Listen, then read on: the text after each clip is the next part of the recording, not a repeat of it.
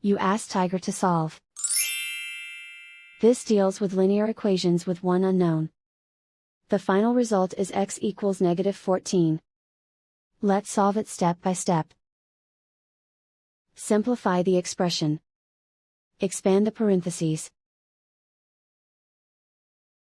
Multiply the coefficients. Simplify the arithmetic. Expand the parentheses. Simplify the arithmetic. Group all x terms on the left side of the equation. Subtract 3x from both sides. Group like terms. Simplify the arithmetic. Group like terms. Simplify the arithmetic.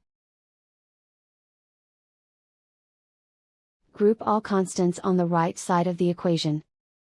Subtract 2 from both sides. Simplify the arithmetic.